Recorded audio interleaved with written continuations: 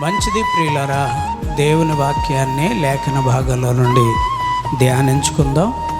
శుద్ధ గ్రంథంలో నుంచి లూకా సువార్త 18వ అధ్యాయం 1 నుండి 8 వచనాలు నోట్ చేసుకోండి. ఈ సందేశం చెప్పారు అని చాలామంది ఆ సందేశాన్ని అబ్జర్వ్ చేస్తూ ఉంటారు. వాళ్ళు ఈ సందేశాన్ని మీరు నోట్ చేసుకోండి. ఈ విషయాన్ని లేఖన భాగంలో నుంచి నేను చదువుతున్నాను. బైబిల్ ఉన్నవారు తెరచి ఈ అంశాన్ని చూడండి. లూకా సువార్త 18వ అధ్యాయం 1 నుండి 8 వచనాలు. మొదటి వచనాన్ని చదువుతున్నాను చూడండి.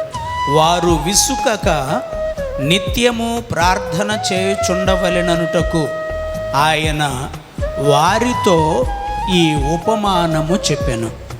8వ వచనం. ఆయన వారికి త్వరగా న్యాయము తీర్చును, వారి విషయమే కదా ఆయన దీర్ఘశాంతము చూపుచున్నాడని మీతో చెప్పుచున్నాను. అయినను మనుష్య కుమారుడు వచ్చినప్పుడు ఆయన భూమి మీద విశ్వాసము కనుగొనునా? దేవుడి వాక్యాన్ని మన హృదయంలో ముద్రించి భద్రపరుచునుగాక. మంచిది. మన మధ్యలో ఉన్న సోదరులు తమ్మయ్య గారు ముందుకొచ్చి ప్రార్థన చేయవలసిందిగా వారిని ప్రేమతో ఆహ్వానిస్తున్నాను. ప్రియులు తమ్మయ్య గారు పెద్దలు ముందుకొచ్చి వాక్య పరిచర్య కొరకు ప్రార్థన చేస్తారు. ఒక మౌత్. మహాపరిశుద్ధుడా, మహోన్నతుడా, సర్వశక్తి గల దేవ, ఈ యొక్క పరిశుద్ధ నామానికి వందనాలు స్తోత్రాలు చెల్లించుకున్నాం ప్రభా. యేసయ్యకే స్తోత్రాలైన నీ దాసులకు పరిపూర్ణ ఆత్మ దయచేసిన ఆయన తండ్రి, నీకే వందనాలైన తండ్రి. కూడి వచ్చిన మాకు నాయన తండ్రి ఏ మాటలు కావాలో నాయన తండ్రి, ఏ మాటల వల్ల నాయన తండ్రి ప్రభా మా జీవితాలు సరి చేసుకోగలము నాయన. అట్టు మాటలు నాయన తండ్రి ప్రభా నీ దాసుల్లో ఉండి తండ్రి మీరే మాట్లాడమని యేసయ్య పరిశుద్ధ నామములో ప్రార్థించి వేడుకుంటున్నా తండ్రి. ఆమేన్. దేవుని వాక్యాన్ని లేఖన భాగంలో నుండి ధ్యానించుకుందాం. దానికి ముందు ఒక మంచి పాట పాడుకుని ప్రభువుని గణపరుద్దాం. సుందరవతి సంఘమా ప్రియుడు యేసుని పరిణయమాడగా రానుండెననే పాట. చప్పట్లు కొడదాం.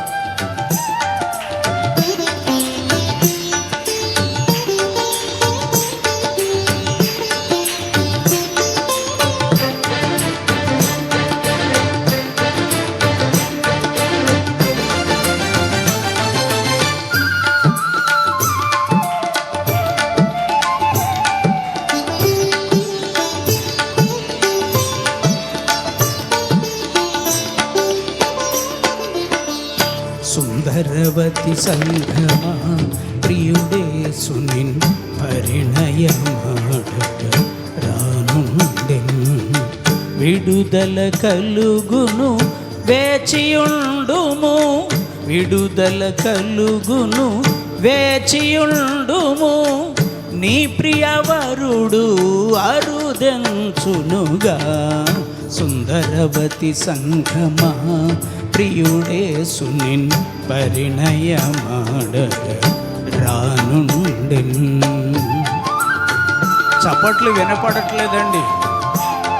సంతోషంగా ప్రభువుని గణపరుద్దాం. ఆమేన్.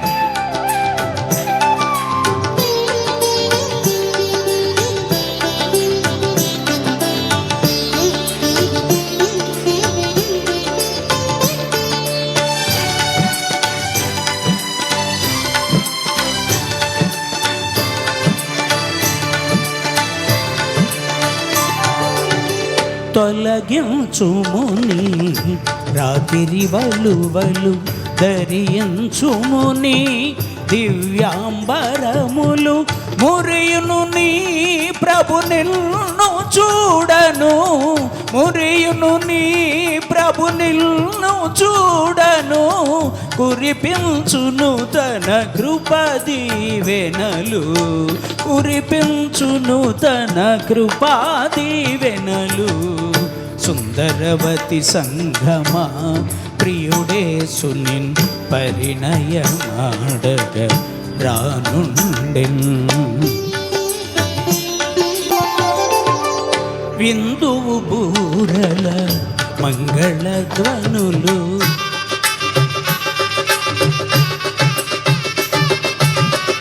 విందువు బూరల మంగళధ్వనులు కందువు యేసుని సుందర రూపం విందుల నీవు పాలొందెదవు విందుల నీవు పాలొందెదవు డెందము సంతసమోదవును నిజము డెందము సంతసమోదవును నిజము సుందరవతి సంఘమా ప్రియుడేసునిన్ పరిణయమాడగ రానుండెన్.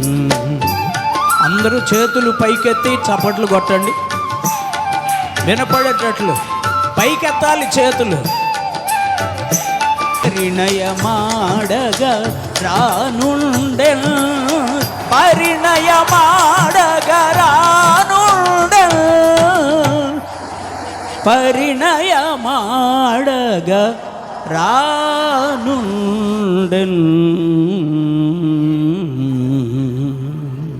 అందరూ చేతులు పైకెత్తి గట్టిగా చప్పట్లు కొట్టి ప్రభువుని కనపడతాలో నా హృదయపూర్వకంగా వందనాలు. ప్రభు వచ్చే సమయం చాలా దగ్గరగా ఉంది. ప్రభు వస్తున్నారు.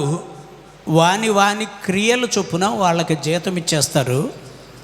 ఆ తర్వాత దేవుల్లో నమ్మకంగా ఉండి దేవుని ఎడల వాక్యానుసారమైన జీవితంలో ఎవరైతే కొనసాగుతున్నారో వారిని దేవుడు అత్యద్భుతంగా ఆశీర్వదించునుగాక. యేసు ప్రభువారు ఈ లోకంలో శరీరధారిగా 33.5 సంవత్సరాలు జీవించారు. యేసు ప్రియులారా బెత్లెహేములో పుట్టి నజరేతులో పెరుగుతూ కపెర్నహూము పట్టణస్థుడిగా పిలువబడి 30వ సంవత్సరం యోర్దాను నదిలో యేసయ్య యోహాను చేత బాప్తిస్మం పొంది సువార్త ప్రకటించడం మొదలుపెట్టారు. ఆయన సువార్త ప్రకటించడం మొదలుపెట్టిన మొట్టమొదటి దినాల్లోనే అత్యద్భుతమైన అద్భుతాలు గొప్ప కార్యాలు చేస్తూ సేవ పరిచర్యలో కొనసాగుతూ ఉన్నారు. ఎక్కడికి వెళ్ళినా వేల కొలది ప్రజలు యేసయ్యను వెంబడిస్తూ ఉండేవారు. వారందరితో చక్కగా ఉపమానంతో కూడిన సందేశాన్ని యేసయ్య బోధిస్తూ ఉండేవారు. ఆయన చెప్పిన చాలా ఉపమానాల్లో ఇప్పుడు మనం చదివిన ఉపమానం ఒకటి. లూకా సువార్త 18వ అధ్యాయం 1 నుండి 8 వచనాల వరకు మనం చదువుతున్నప్పుడు ఇక్కడ ఆయన చెప్పిన ఒక ఉపమానం ఏమిటంటే, ప్రియులారా, ఉపమానము అనగా ఏదైనా ఒక విషయాన్ని హృదయానికి అర్థమయ్యే విధానంలో బోధించటమే ఉపమానం. చాలా విషయాలు ఉంటాయి. అయితే కొన్ని మనకు చెప్తుంటే అర్థం కావు. అర్థం కానప్పుడు అర్థమైందా అని అడిగి అర్థమయ్యే విధానంలో విడమరిచి చెప్పటమే ఉపమానం. యేసు ప్రభు చాలా చక్కగా వాక్యాన్ని బోధించేవారు. అయినా అర్థం కానిటువంటి ప్రజలు ఎక్కువ మందే ఉండేవాళ్ళు. ఎందుకు అర్థం కావట్లేదు అంటే, మీకులాగా సమస్యలు ఉండొచ్చు, నా వాళ్ళు ఇంకా రాలేదేంటనే ఎదురుచూపులు ఉండొచ్చు, లేకపోతే వచ్చిన వాళ్ళు నన్ను పలకరించట్లేదేంటి ఈవేళ అనే డౌట్ ఉండొచ్చు, పాస్టర్ గారు నన్నే తిడుతున్నాడంటావా అనే అనుమానం కూడా ఉండొచ్చు. ఇలాంటి అనుమానాలు సందేహాలు ఉన్న వాళ్ళకి ఆయన చెప్పిన మాటలు అర్థం కావు. ఎప్పుడైతే దేవుని సన్నిధికి వచ్చి, నేను ప్రభువు సన్నిధికి వచ్చా, ఇక్కడ ప్రభువు ఉన్నాడు, ఆయన ఎదుట నేనున్నా, నా ఎదుట దేవుడు ఉన్నాడు అనేటటువంటి సద్భక్తితో మోకరించి ప్రార్థనాపూర్వకంగా ఆయన వైపే చూస్తూ ఉండే వాళ్ళకి ఆయన చెప్పకపోయినా ఆయన మనసులో ఉండదు మనకు అర్థమవును గాక. చప్పట్లు కొట్టాలి గట్టిగా. అర్థమవుతుంది. నేను కొంతమందిని చూస్తున్నప్పుడు నేను వేరే వాళ్ళ మీద మనసు పెట్టి వీళ్ళని చూడను, వీళ్ళ మీదే మనసు పెడతా. నేను ఎవరిని చూస్తే వాళ్ళ మీదే మనసు పెడతా. అప్పుడు వాళ్ళని అడుగుతా, ఏంటి అలా ఉన్నావేంటి అని అడుగుతా. చాలామంది మొట్టమొదటి అబద్ధం చెప్పేస్తారు. నేను చాలా బాగున్నానన్నా అంటారు. రొట్టిదే, అది అబద్ధం. నాకు అర్థమవుతూ ఉంటుంది వీళ్ళు అబద్ధం చెప్పారు అని. అయితే ప్రియులారా, మనం ఎప్పుడైతే తదేకంగా మనం ఇష్టపడిన మనిషిని, ఆశించిన మనిషిని, సాక్షాత్తు సర్వశక్తిమంతుడైన యేసయ్యను చూస్తూ ఉంటే ఈ విషయాలన్నీ మనకు అర్థమవుతాయి. మనం అదర్ అవగాషన్స్ పెట్టుకుని, వేరే వాళ్ళ మీద మనసు పెట్టుకుని, వేరే పనుల మీద మనసు పెట్టుకుంటే మనకు అర్థం కావు. అందుకని ఈ అర్థం కానటువంటి వారికి ఉపమాన రీతిలో బోధించేవాడు. ఇదిగో అర్థమవుతుందా, చెప్పింది నీకే అన్నట్లుగా మళ్ళా దాన్ని విశదీకరించి చెప్తూ ఉండేవారు. అలాగే ఒకరోజు ఈ ఉపమానాన్ని చెప్తున్నారట. అయితే వాళ్ళని విసుకక, చదవండి మొదటి వాక్యం, వారు విసుకక నిత్యము ప్రార్థన చేయుచుండవలెనని ఆయన వారితో ఈ ఉపమానం చెప్పారు. ఏమిటి ఆ ఉపమానం అంటే, ఒక పట్టణంలో ఒక న్యాయాధిపతి ఉన్నాడట. అతడు అన్యాయస్తుడు. అంటే తనకిష్టమైన వాళ్ళని పట్టించుకుంటాడు, ఇష్టం కాని వాళ్ళని పట్టించుకోడు. తనకిష్టమైతే ఆ కార్యం చేస్తాడు, ఇష్టం కాకపోతే చేయడు. డబ్బున్న వాళ్ళని ఎక్కువ ప్రేమిస్తాడు, అందంగా ఉన్న వాళ్ళని ప్రేమిస్తాడు, ఐశ్వర్యవంతుల్ని, ఆస్తిపరులను కూడా ఇష్టపడుతూ ఉంటాడు. ఒక విధవరాలు ఆయన దగ్గరికి వచ్చి, అయ్యా, నా పక్కన విరోధి, నా యొక్క పొరుగు వాళ్ళతో నాకు కొంచెం విరోధం ఉంది, ఇది నా జీవితంలో పెద్ద తలకాయ నొప్పి అయిపోతుంది, నువ్వు పెద్ద అయినవు కదా, నాకు ఏదైనా కొంచెం వాళ్ళను కూడా పిలిచి మా ఇద్దరికి న్యాయం చెప్తే నా మనసు నెమ్మదవుతుంది, కొంచెం సహాయం చేయండి అని అడిగింది. విధవరాలు కదండి, అంటే ఎవరు లేరు కదా, ఏమీ లేవు కదా, డబ్బులు, ఆస్తి, ఐశ్వర్యాలు లేవు కదా. అందుకనే ఎలవమ్మా, తర్వాత చేస్తాను, తర్వాత కనపడు అన్నాడు. ఆమె వెళ్ళిపోయింది. మళ్ళీ వచ్చింది, మళ్ళీ అడుగుతుంది, అయ్యా మొన్న ఒక విషయం చెప్పాను కదా. ఎప్పుడు చెప్పావు? మొన్న చెప్పాను అయ్యా. మీరు మర్చిపోయారా? నా పొరుగు వాళ్ళతో నాకు కొంచెం విభేదం ఉంది, దయచేసి మా ఇద్దరికి న్యాయం చేసి పెట్టండి, నాకు న్యాయం చేసి పెట్టండి, మీరు న్యాయాధిపతి కదా, న్యాయం చేసి పెట్టండి, మీ చేతులు పట్టుకుంటాను అయ్యా, మీ కాళ్ళు పట్టుకుంటాను, కొంచెం న్యాయం చేసి పెట్టండి అని అడుగుతుంది. ఇదిగో నన్ను విసిగించొద్దని చెప్పానా, వెళ్ళిపో అన్నాడట. అంటే సుమారు 2026 సంవత్సరాల క్రితమే మనుషులు ఇలాంటి స్వార్థంతో ఉన్నారని యేసయ్య ఆ రోజుల్లోనే చెప్పాడు. ఉన్నవాళ్ళకు ఒక న్యాయం, లేని వాళ్ళకు ఒక న్యాయం, ధనవంతులకు ఒక న్యాయం, దరిద్రులకు ఒక న్యాయం.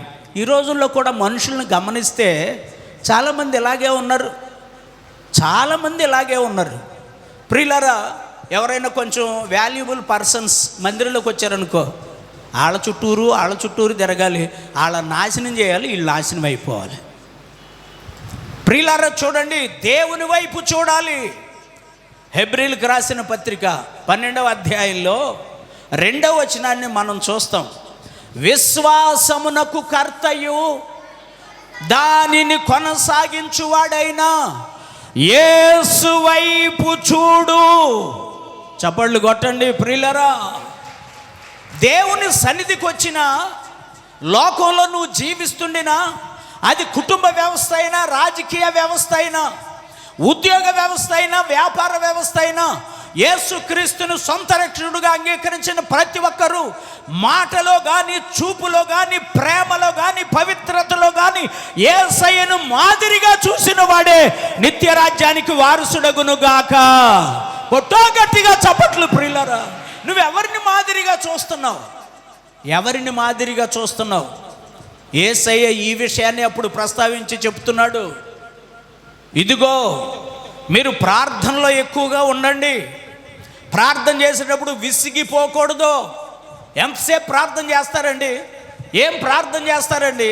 ఎలా ప్రార్థన చేస్తారండి? విసుక్కోవద్దు.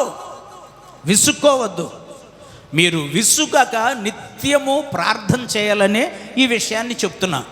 ఆ విధవరాలు చూసారా, యేసయ్య చక్కగా ఇలా వివరించి చెప్తున్నాడండి.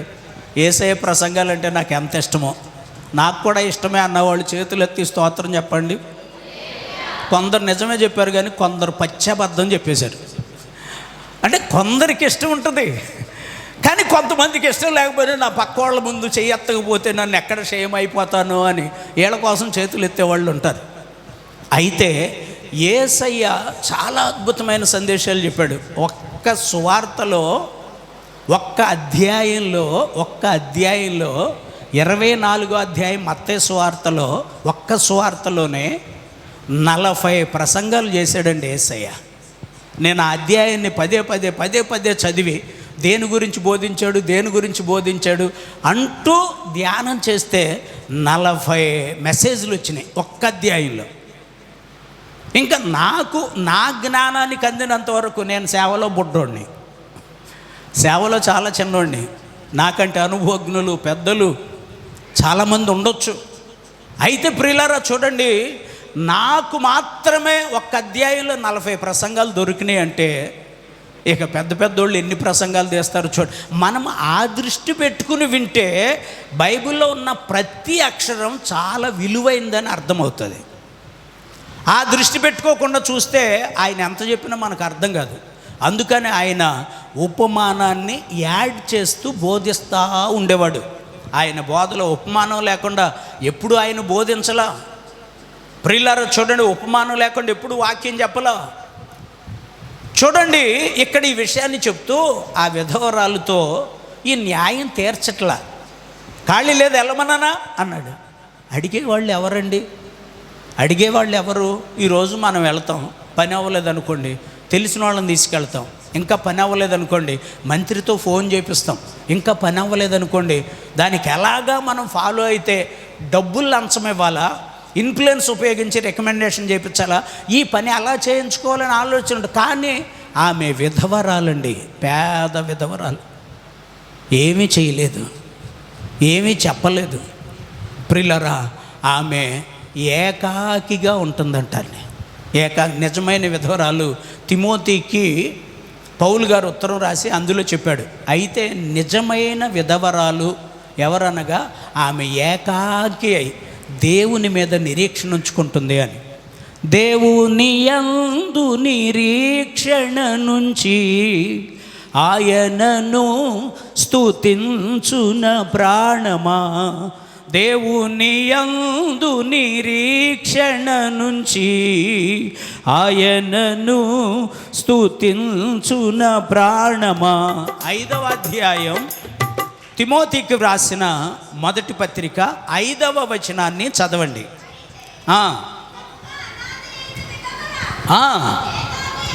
తనకెవరూ లేరు, ఏకాకి, ఎవ్వరూ లేరు.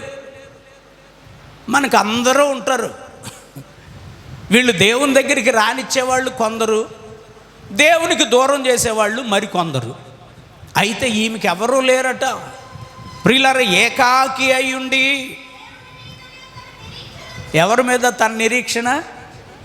మాట్లాడండి అమ్మా, మాట్లాడండి. ఎవరి మీద తన నిరీక్షణ? ఎదరోళ్ళే చెప్తున్నారు, మధ్య నుంచి వెనకోళ్ళు కూడా చెప్పాలి. ఎవరి మీద నిరీక్షణ? మరి మన నిరీక్షణ ఎవరి మీద ఉంటుంది?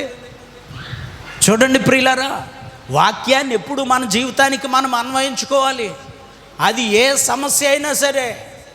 నిజముగా అనాథ అయిన విధవరాలు దేవుని మీదనే తన నిరీక్షణ ఉంచుకుని విజ్ఞాపనల యందు, ప్రార్థనల యందు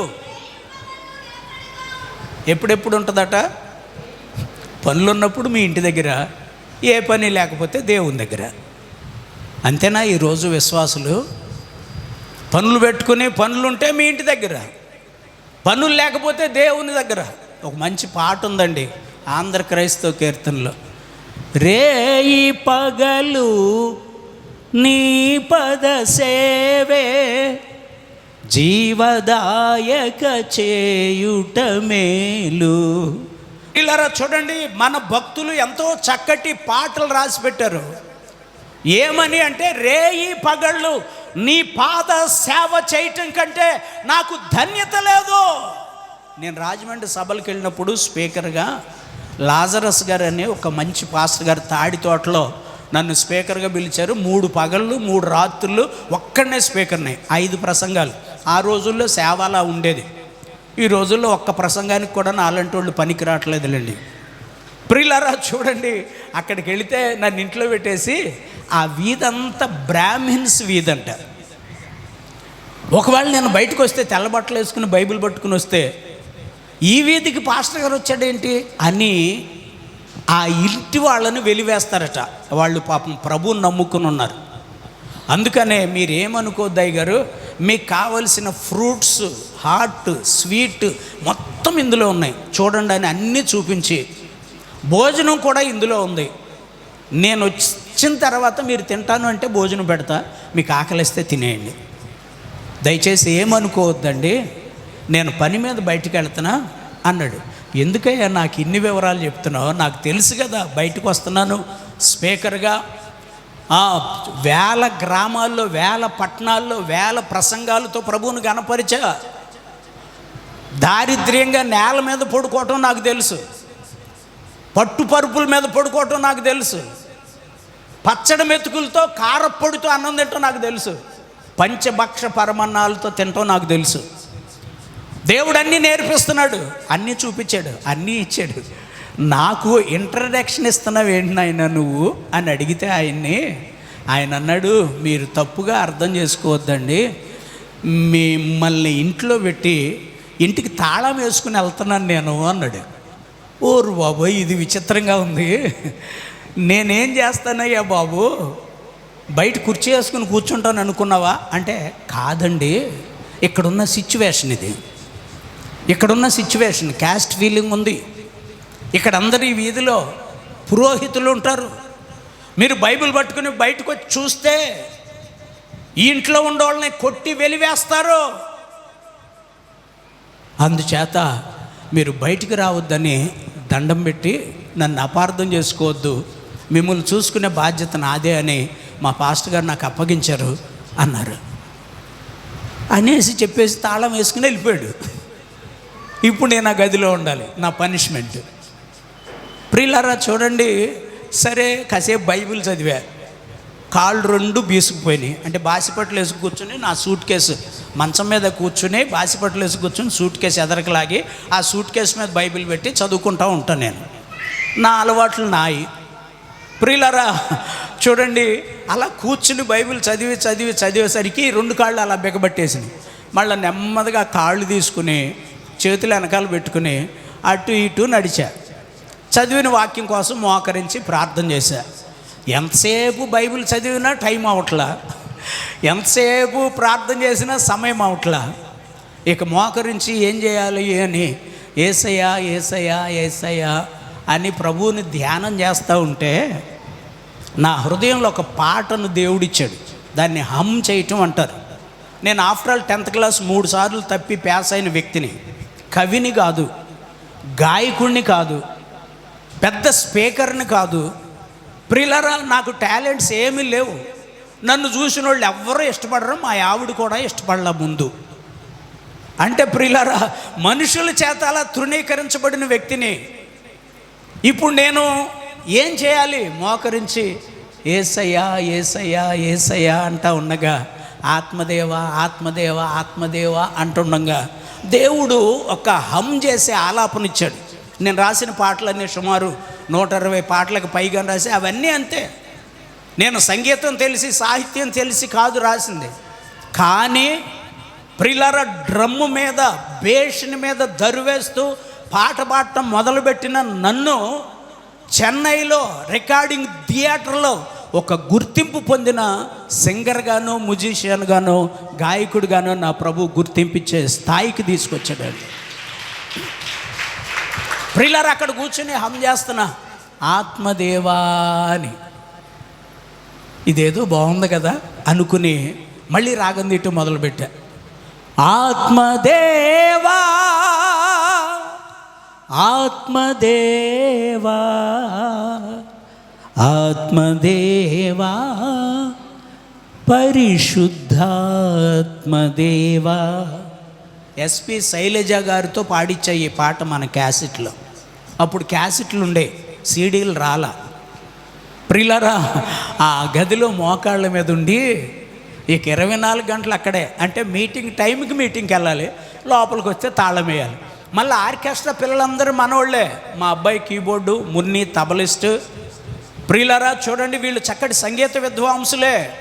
అయితే ప్రియులారా వీళ్ళని వేరే ఇంట్లో పెట్టారు. ఇక్కడుంటే అల్లరవుతుంది, ఇక్కడుంటే కేకలేస్తారు, ఇక్కడుంటే ఏదో జరుగుద్ది. నన్ను ఒక్కడనే బంధించి పెట్టారండి. అక్కడ కూర్చుని ఇంకా హమ్ చేసి ఆ పాట అక్కడే రాసి ఆ రోజు రాత్రికి ఆ పాట స్టేజి మీద పాడితే కొన్ని వందల మంది ఉజ్జీవింపబడ్డారు. అనేక మంది రోగుల్ని ప్రభువు స్వస్థపరిచి బాగు చేశారు. ప్రియులారా, దేవునితో గడపటం అంటే అది. ఒక్క ఆత్మ ప్రియులారా దేవుని కొరకు సిద్ధపరచబడదు, మనుషుల కోసం చూస్తే. చూడండి, అక్కడ ఒక విధవరాలు ఇచ్చినటువంటి సలహా చూడండి. నిజముగా అనాథ అయిన విధవరాలు ఏకాకి అయి దేవుని మీదనే నిరీక్షణ ఉంచుకొని ఆ విజ్ఞాపనల యందును ప్రార్థనల యందును రేయింబగళ్ళు గడుపుతూ ఉంటుందట. తన పనేదే. అలాంటి వాళ్ళని దేవుడు గుర్తిస్తాడు. అలాంటి భక్తి చేసే వాళ్ళని దేవుడు ప్రేమిస్తాడు. మరి మనమెంత, మన భక్తి ఎంత, మన విశ్వాసం ఎంత? యేసయ్య అదే ఎక్స్ప్లెయిన్ చేస్తున్నాడు, యేసయ్య అదే నేర్పిస్తున్నాడు. ప్రియులారా, ఇదిగో ఒక న్యాయాధిపతి దగ్గరకు ఒక విధవరాలు వచ్చింది. ఆమె అడుగుతుంది నాకు న్యాయం చేయమని. ఇతడు పట్టించుకోవట్లా. మళ్ళీ తెల్లారొచ్చింది. తర్వాత రావమ్మా చూద్దామన్నాడు. మళ్ళీ తెల్లారొచ్చింది. ప్రియులారా, ఎన్ని రోజులు తిరిగిందో రాయలేదు, కానీ మొత్తం మీద అతడు విసిగిపోయేటట్లుగా ఆయన చుట్టూ తిరుగుతూనే ఉందండి. వాడు అవినీతిపరుడని తెలుసు, అన్యాయస్తుడని తెలుసు, ఉద్యోగానికి న్యాయం చేయట్లేదని తెలుసు. అతడు నీతిగల న్యాయాధిపతి కాదు, ఒక వ్యర్థమైన వ్యక్తి అధికారంలో ఉన్నాడని తెలిసి ఒక పేద విధవరాలు అతని చుట్టూ అంత ఇబ్బంది పెట్టేటట్లు తిరిగితే అతను అనుకున్నాడట, ఓరు బాబోయ్, ఈ విధవరాలతో పోరు ఎక్కువైపోయింది, ఈమెకి న్యాయం చేసేద్దాం అనుకున్నాడట. అంటే ఈ విషయం ఏంటో ఈయన న్యాయం చేసేద్దాం అనుకున్నాడట. నిజంగా ఆమె చేసిన విజ్ఞాపన విసుకక ఆమె ఆయన చుట్టూ తిరగటం వల్ల ఆయన మనసును దేవుడు మార్చేశాడండి. చప్పట్లు కొట్టండి ప్రియులారా. ఈ సంగతి ఎందుకు చెప్పాడంటే, ఒక అన్యాయస్తుడే 10 సార్లు తిరిగేసరికి వాడి మనసు మారింది. నీతిగల న్యాయాధిపతి నువ్వు నిజంగా మొర్ర పెట్టగలిగితే నేను వెంటనే నీకు సహాయం చేయునుగాక. అది యేసయ్య ఉద్దేశం, అది యేసయ్య మనస్సు. ప్రియులారా, యేసయ్య అదే చెప్తున్నాడు. చూడండి, ఆయనే చెప్తున్నాడు ఈ ఉపమానాన్ని. ఇదిగో అన్యాయస్తుడైన ఆ వ్యక్తే 10 సార్లు తిరిగేసరికి ప్రియులారా మరి వాడు కార్యం చేశాడు. అలాగే నీతిగల న్యాయాధిపతి అయిన నీ దేవుడు నీ జీవితంలో కార్యం చేస్తాడు అని చెబుతూ ఉండగానే తన మనసులో ఒక ఆందోళన. వాక్యం బోధిస్తూనే ఉంటాం, మీరు చేసే కొన్ని పనులు చూస్తూ ఉంటే హృదయంలో ఆందోళన, హృదయంలో ఆవేదన. ప్రియులారా చూడండి, మీ క్రియలను బట్టి మనం ఏం క్రియలు చేస్తున్నాం, ఎలా ఉంటున్నాం. యేసయ్య మనసులో కూడా ఒక ఆందోళన వచ్చేసింది. ఈ విషయాన్ని చెప్తూనే ఉన్నాడు, ఒక ఆందోళన వచ్చేసిందండి. ఆందోళన వచ్చేసి ఆయన ఒక మాట అంటున్నారు, చదవండి. 18వ అధ్యాయంలో 8వ వచనం.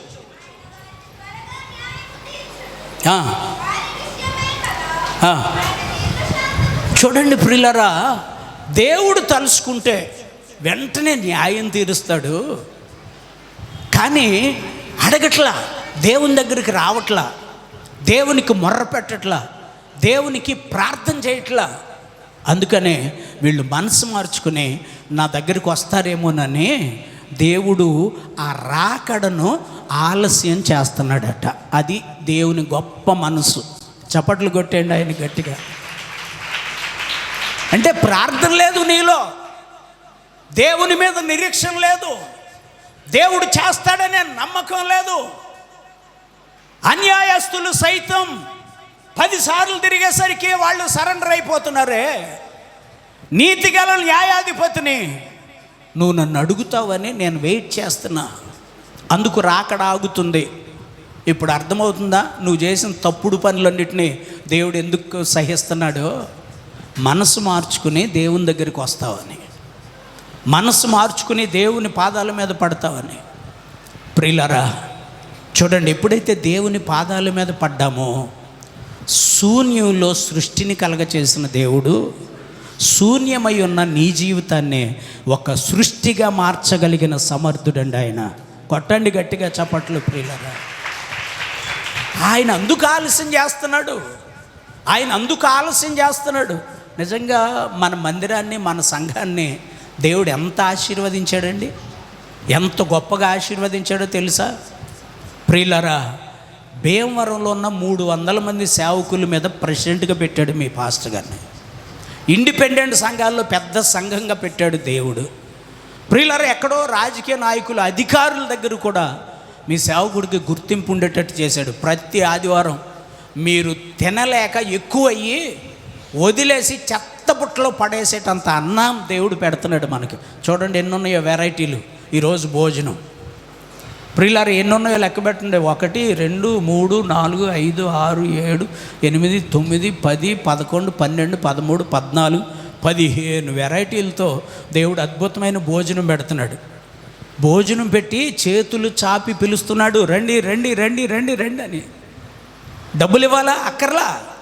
దేవుడు నీకు ఆయుష్ ఇచ్చి, ఆరోగ్యం ఇచ్చి, బలం ఇచ్చి, శక్తినిచ్చి, ఓపికిచ్చి, ప్రార్థన చేసేటటువంటి శక్తిని, సామర్థ్యాన్ని దేవుడు నీకు అనుగ్రహించబడిందా? ప్రియులారా, మన మందిరంలో దేవుని కాపుదల ఎలా ఉంటుందో నాకు తెలుసు. 40 ఏళ్ళుగా సేవలో కొనసాగుతున్నా. ప్రియులారా చూడండి, ఉపమానం చెప్తున్నాడు యేసయ్య. చెప్పి చెప్పి చెప్పి సడన్గా డల్ అయిపోయాడు. శిష్యులు అక్కడుండి, బోధకుడా ఏంటి సడన్గా డల్ అయ్యారు అంటే, మనసు కలవరం అయిపోయిందయ్యా. ఎందుకయ్యా కలవరం? ఏమైందయ్యా అంటే, నేను మీతో ఎక్కువగా చెప్తూ ఉండేవాడిని కదా, అవిశ్వాసివి కాక విశ్వాసిగా బ్రతుకు, అల్ప విశ్వాసివిగా కాక విశ్వాసిగా బ్రతుకు. ఇదిగో వ్యర్థమైన విశ్వాసివిగా కాక విశ్వాసిగా బ్రతుకు అని మీతో చెప్తూ ఉంటానా? అవునయ్యా చెప్తారు. అయితే ఇప్పుడు నా మనసులో ఉన్న ఆందోళన ఏమిటంటే, నేను ఇప్పుడు వాక్యాన్ని బోధించి కొద్ది దినాల్లో మీ అందరినీ విడిచిపెట్టేసి వెళ్ళిపోతా, మళ్ళీ వస్తా. నేను దాన్ని 2వ రాకడని చెప్తారు. మళ్ళీ వస్తా. నేను వచ్చినప్పుడు మీ దగ్గర నుంచి ఏదైతే నేను ఆశపడినా, ఆయన వచ్చిన అనుభవం ఏమిటంటే, మిమ్మల్ని విశ్వాసులుగా ఎదగమని చెప్పి, విశ్వాసంతో ప్రార్థన చేయండి, నేను మీకు న్యాయం చేస్తానని చెప్తున్నాను కదా. ఇప్పుడు నేను వచ్చే సమయానికి ఈ భూమి మీద విశ్వాసము కనుగొందునా అన్నాడు. ఈ విశ్వాసం దగ్గర ఒక నోట్ పెట్టాడు ఆయన. చాలా జాగ్రత్తగా వినాలి. యేసయ్య వైపు చూస్తేనే మీకు అర్థమవుతుంది. ఆ విశ్వాసం దగ్గర ఒక నోట్ పెట్టి దాని కింద అర్థం రాశాడు. ఏమని ఉంది? ఏంటమ్మది? అదే స్పష్టంగా చెప్పాలి, లేకపోతే తేడా వచ్చేది. ఏంటండి అది? అవిశ్వాసము కాదు, ఆ విశ్వాసము. ఏది? నన్ను మాటి మాటికి విశ్వాసంతో అడుగుతున్నారు చూసారా, ఈయన నాకు సహాయం చేస్తాడు, ఈయన నాకు న్యాయం చేస్తాడు, ఈయన నాకు కార్యం చేస్తాడు, ఈయన నా అవసరాలు తీరుస్తాడు, ఈయన నా జీవితంలో గొప్ప కార్యం చేస్తాడు అని విశ్వాసము. ఏది? ఆ విశ్వాసము. దేవుని పాదాల మీద పడే విశ్వాసము, దేవుని వైపు చూసే విశ్వాసము, దేవుని మీద ఆధారపడే విశ్వాసము, దేవుడు నాకు నిత్యరాజ్యాన్ని ఇస్తాడనే విశ్వాసము, దేవుడు నాకు ఇదిగో కిరీటం ఇస్తాడనే విశ్వాసము, అసలు పరలోక రాజ్యం ఉందనే ఆ విశ్వాసము నేను వచ్చే సమయానికి మీలో కనుగొనగలనా అనే సందేహం వచ్చింది ఆయనకి. ఇది ఆయన ఆత్మ పడుతున్న కలవరం. నిజంగా 100కి 100% కాదండి, 100కి 1000% ఇది కరెక్ట్. నేను కూడా మీ అందరిని చూసి అదే అనుకుంటున్నా. ఇప్పుడు నాకు అబద్ధాలు చెప్పాల్సిన అవసరం లేదుగా, ఇంకెవరికి పెళ్ళిళ్ళు చేయాల్సిన అవసరం లేదు. మా మనవాళ్ళు పెరిగి పెద్దోళ్ళు అయిన తర్వాత ప్రియులారా డబ్బు కూడబెట్టాల్సిన అవసరం అస్సలు లేదు. ధనము డబ్బు అనే మాటకే నా జీవిత చరిత్రలోనే అస్సలు విలువ లేదు. నేను దానికి ప్రాధాన్యత ఇవ్వను. అవసరమే, ఏ సమయానికి ఏది కావాలో దేవుడు ఇస్తాడు ఖచ్చితంగా. మీ అంతట తపన నాకు లేదు, మీ అంతట ఆలోచన నాకు లేదు. కానీ మిమ్మల్ని చూస్తుంటే నా డౌట్ కూడా నా యేసయ్యకు ఉన్న డౌటే. నేను వస్తున్నా. నేను వచ్చే సమయానికి భూమి మీద మాటి మాటికి దేవుని మీద నిరీక్షణ ఉంచుకుని బ్రతిమిలాడే ఆ విశ్వాసము మీలో కనుగొనగలనా? ఇది ప్రశ్న. స్తోత్రం చెప్పండి, గట్టిగా స్తోత్రం చెప్పండి. ఆహా, ఆ బూర ఎప్పుడు మ్రోగుతుందో. అందరూ లేచి నిలబడండి. ఒకసారి లేచి నిలబడిన తర్వాత ఒక అడుగు ముందుకేసి కూర్చునే ప్రయత్నం చేయండి. ఇప్పుడుకి సగం మంది వచ్చారు, ఒక పావు గంట క్రితం వరకు. ఇంకా వస్తున్నారు, ఇంకా వస్తారు. భోజనం కూడా అన్నీ మనకిచ్చేసాడు. చప్పళ్ళు కొట్టండి ఆయనకి. ఆమేన్. ఆహా, ఆ బూర ఎప్పుడు మ్రోగుతుందో, ఆహా నా ఆశ ఎప్పుడు తీరుతుందో. ఆహా, ఆ బూర ఎప్పుడు మ్రోగుతుందో, ఆహా నా ఆశ ఎప్పుడు తీరుతుందో. తండ్రి నా కన్నీటిని తుడుచునెప్పుడో, తండ్రి నా కన్నీటిని తుడుచునెప్పుడో. ఆశతో వేచి ఉండే నా హృదయం, ఆశతో వేచి ఉండే నా హృదయం. నే చూచిన చాలు, మహిమలోనే నాయనతో ఉంటే చాలు. ప్రియా యేసురాజును నే చూచిన చాలు. ఆరివరణాంధుని యేసురాజును నే చూచిన చాలు. మహిమలోనే నాయనతో ఉంటే చాలు.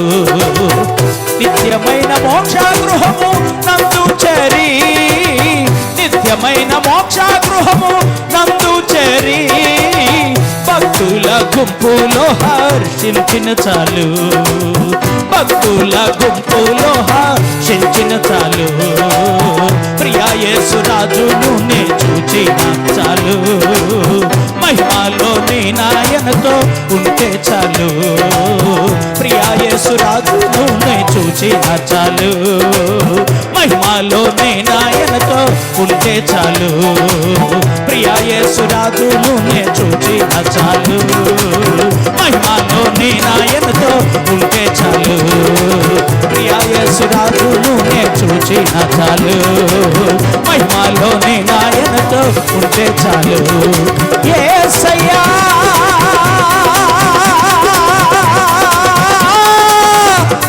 యేసయ్యా, యేసయ్యా, యేసయ్యా, యేసయ్యా,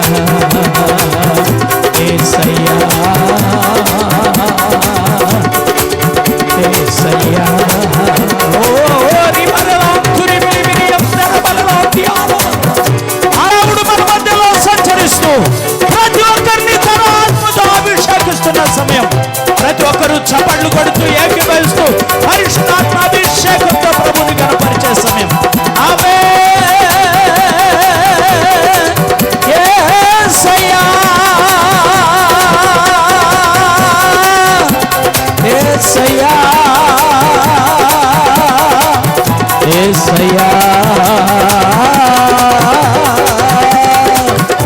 యేసయ్యా యేసయ్యా యేసయ్యా యేసయ్యా యేసయ్యా యేసయ్యా యేసయ్యా.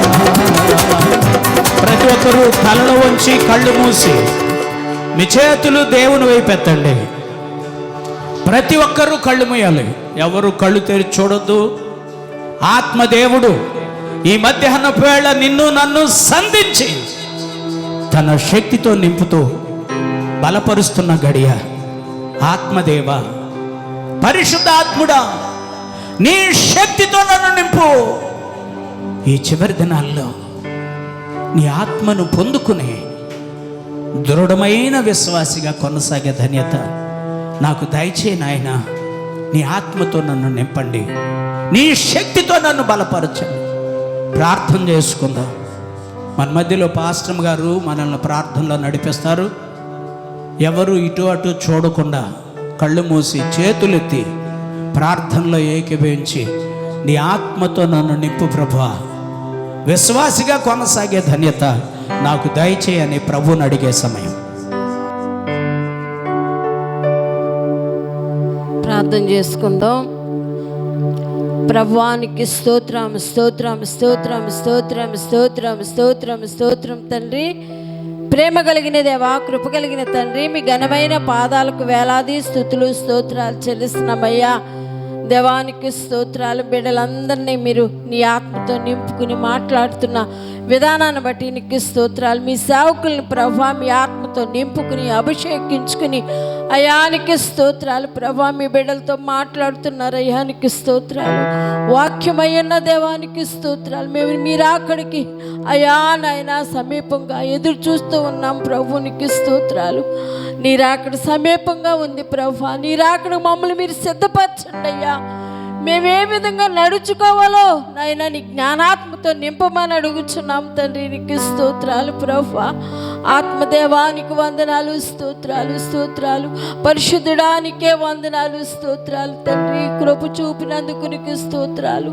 పరిశుద్ధుడానికి స్తోత్రాలు. ఆత్మదేవ రబ శబల బయ్యరల బబ కురియరల అందరి బిరికరా హోరియరల బ శబలియలా. Yes, Lord Jesus. Thank you, Father. Thank you, Holy Spirit.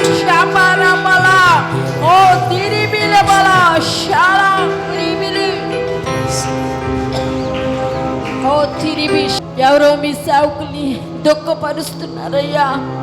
ఓ దుఃఖపరుస్తున్నారా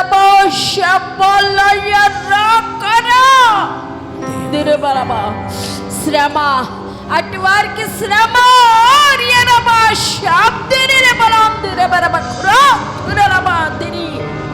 అయ్యా దేవా స్తోత్రమయ్యా. పరిశుద్ధుడా వందనాలు స్తోత్రాలు స్తోత్రాలు.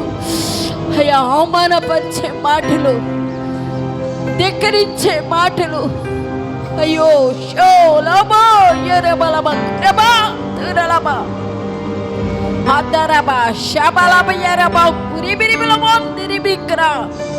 జాగ్రత్త జాగ్రత్త, అట్టి వారికి జాగ్రత్త. రబా రియల బొమ్ దిరిబిరిక్రోలో అయ్యానికి స్తోత్రమయ్యా. పరిశుద్ధాత్మ దేవుడానికి వందనాలు స్తోత్రాలు అయ్యా.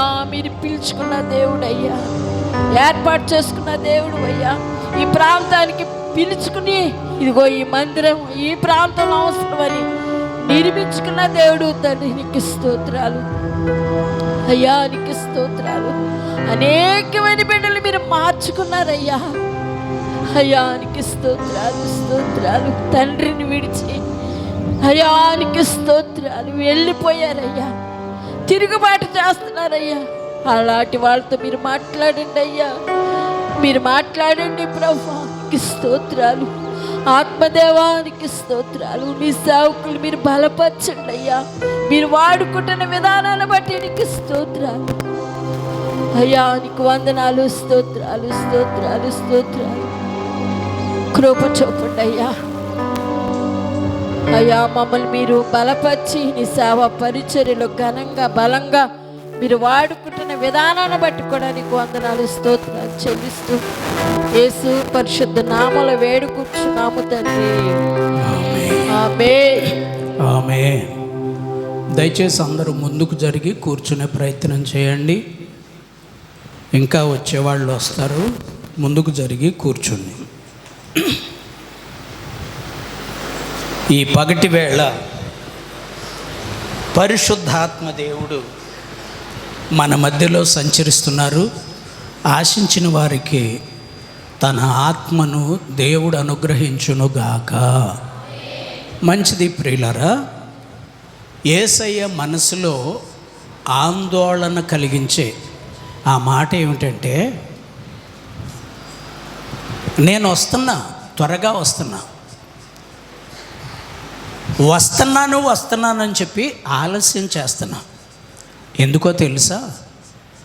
ఆ పేద విధవరాలు ఏ విధంగా తన న్యాయాధిపతిని గోజాడి అడుగుతుందో మీరు కూడా నన్ను అలా అడుగుతారేమోనని ఆలస్యం చేస్తున్నా.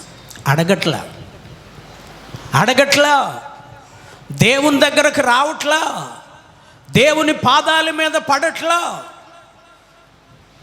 మరి దేవుడు ఏమన్నా న్యాయం చేయట్లేదా అంటే, ఆ అన్యాయస్తుడైనా రేపు చేస్తా, ఎల్లుండి చేస్తా అని వాయిదాలు వేస్తాడు. కానీ నేను మీకు నీతిగల న్యాయాధిపతిని, న్యాయం చేస్తున్నాను, చేసేసాను. ఇప్పుడు మీ అందరినీ సాక్ష్యాలు చెప్పమని చెప్తా. దేవుడు నా జీవితంలో ఏదో ఒకటి, నాకు ఊహ తెలిసిన దగ్గర నుంచి ఇప్పటి వరకు నేను దేవుని మందిరానికి వచ్చి దేవుడితో కొన్ని విషయాలు చెప్పుకుంటే దేవుడు నాకు ఖచ్చితంగా సహాయం చేశాడు అన్నవాళ్ళు మీ చేతులు పైకెత్తి చూపించండి. దేవుడు నాకు సహాయం చేశాడు అన్నవాళ్ళు చేతులు ఎత్తి చూపించండి. మంచిది. మరి దేవుడు నీకు సహాయం చేసినప్పుడు నువ్వు దేవుని కొరకు బ్రతకాలా, మనుషుల కోసం బ్రతకాలా? ఎవరి కోసం నువ్వు బ్రతుకుతున్నావు? అందుకనే దేవునికి సందేహం వస్తుంది. వీళ్ళ పట్ల నేను కార్యం చేసి వాళ్ళ విశ్వాసాన్ని దృఢపరిచి, వారి విశ్వాసాన్ని స్థిరపరిచి, వారి జీవితంలో నేను కార్యాలు చేస్తే వీళ్ళల్లో మరలా నేను వచ్చే సమయానికి ఎంతవరకు విశ్వాసం ఉంటుంది, ఎంతవరకు విశ్వాసం చూస్తాను, ఎంతవరకు చూస్తా. ప్రియులారా, చిన్న ఎగ్జాంపుల్ చెప్తా.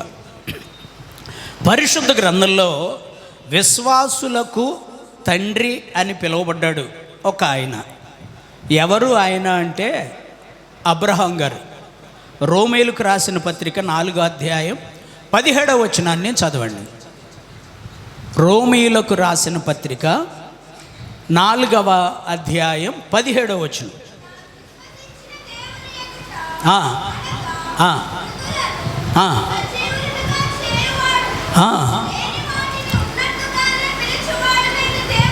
చూడండి, మృతులను సజీవులుగా చేయగలిగిన వాడును, లేని వాటిని ఉన్నట్లుగానే చూపించువాడునైన దేవుడు. చప్పళ్ళు కొట్టండి ఆయన్ని బట్టి. మన దేవుడు ఎవరు అంటే చచ్చిపోయిన వాళ్ళని బ్రతికించాడు. మృతులను సజీవులుగా చేయగలిగిన దేవుడు చచ్చిపోయిన వాళ్ళని బ్రతికించాడు. రెండవది, లేనివి ఉన్నట్లుగా చేయగలడు, లేనివి ఉన్నట్లుగా చేయగలడు అని మనసులో అనుకుని వాళ్ళ అబ్బాయిని నరికేసి చంపేశాడంట. అంతే. ప్రియులరా, వాళ్ళ అబ్బాయిని ఒకే ఒక్క కుమారుణ్ణి. అసలు నిజంగా అబ్రహాం చరిత్ర చూస్తే చాలా గొప్పగా ఉంటుందండి. ప్రియులారా, నేను మీతో చాలాసార్లు చెప్పా, ఊరికే టూకీగా జ్ఞాపకం చేస్తా. 40-45 సంవత్సరాల వయసు అప్పుడు ఆయనకి పెళ్లి చేశాడు వాళ్ళ నాన్నగారు తెరహు. ఎన్నేళ్ళండి? చాలా జాగ్రత్తగా వినాలి. దేవుని వైపే చూస్తూ, మనుషుల వైపు చూస్తూ ఉంటే దేవుని వాక్యం హృదయంలోనికి ఎక్కదు. మనుషుల వైపు, మనుషుల ఆలోచన, మనుషుల క్రియలు, మనుషుల పద్ధతులు, మనుషుల వేషం, మనుషుల వైపు చూస్తే దేవుని వాక్యం నీ హృదయంలో కార్యాన్ని చేయదు. దేవుని వైపు చూడు, ఆ వాక్యం నీ జీవితంలో కార్యం చేస్తుంది. ఈయనట అబ్రహాము చరిత్ర, వాళ్ళ అబ్బాయికి 40 ఏళ్ళు వచ్చాక ఆలోచన చేశాడు పెళ్లి చేద్దామని. ఇంట్లో పెద్ద దాసుడిని పిలిచి, అబ్బాయికి పెళ్లి వయసు వచ్చింది కదా చేద్దామన్నాడు. ఎన్ని సంవత్సరాలకి? మరి నువ్వు వేసే పిచ్చి పిచ్చి వేషాలేంటి? నీ వయసు ఎంత? నాకు పెళ్లి కావాలే, తగిన విధంగా పెళ్లి కూతురుగా నేను జీవించగలుగుతున్నానా? తండ్రి తల్లి జీవింపచేస్తున్నారా అలాగా పిల్లల్ని? అబ్రహాం పెంచాడు. అబ్రహాం అలా పెంచాడండి తన కొడుకుని. ఇస్సాకు ఎక్కడైనా సంసోన్లాగా అడిగాడా? సంసోను వాళ్ళ అమ్మ వాళ్ళ నాన్న దగ్గరికి వచ్చి, నేను ఫిలిస్తీన్లో ఒక అమ్మాయిని చూశాను, ఆ అమ్మాయిని నాకు ఇచ్చి పెళ్లి చేయండి అన్నాడట.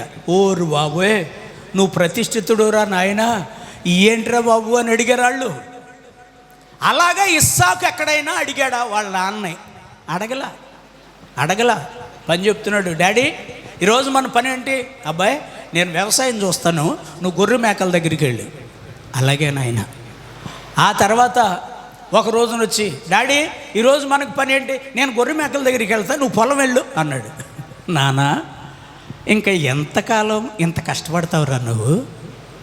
నా కోసం చెమట ఊడ్చి ఇంత కష్టపడుతున్నావే నువ్వు, ఎందుకు నాన్న? నేను ఒక్కడే కదా, నువ్వు ఎంత కష్టపడాలా అని తల్లిదండ్రులకు ఆసరాగా ఉండి తల్లిదండ్రుల్ని ఎంకరేజ్ చేసేవాడే నిజమైన దేవుని రక్తంతో కడగబడిన దేవుని కుమారుడు. కొట్టండి గట్టిగా చప్పట్లు ప్రియులారా. నాన్న నువ్వు దేశాలమ్మడు చూసి ఎక్కడెక్కడో తిరిగి ఎవరినో తీసుకొచ్చి పెళ్లి చేస్తావేమోనని నీకు ఆ శ్రమ లేకుండా నేనే చేశాను, నేనే అరేంజ్ చేసుకున్నా అని చెప్పారనుకోండి, వీళ్ళంత దుష్టులు, వీళ్ళంత దుర్మార్గులు ఉండరు. అది నా బిడ్డలైనా అంతే, నీ బిడ్డలైనా అంతే. వాక్యం అది. ప్రియులారా చూడండి, ఈ తండ్రి ఎండలో కష్టపడి గొర్రెలు వెనక తిరిగి పని వాళ్ళని ఎంకరేజ్ చేస్తూ అంత చక్కగా అబ్రహాం కొనసాగుతుంటే వాళ్ళ అబ్బాయి అతని చెప్పు చేతల్లో పెరుగుతూ, డాడీ ఎండలోకి నువ్వు వెళ్ళొద్దు, నువ్వు రెస్ట్ తీసుకో అంటే ఇస్సాకు పెళ్ళికి 40 ఏళ్ళు వచ్చినాయి ఇస్సాకుకి, అబ్రహాంకి సుమారుగా 140 సంవత్సరాలు వచ్చినాయి. ఇంకా కష్టపడతావా డాడీ?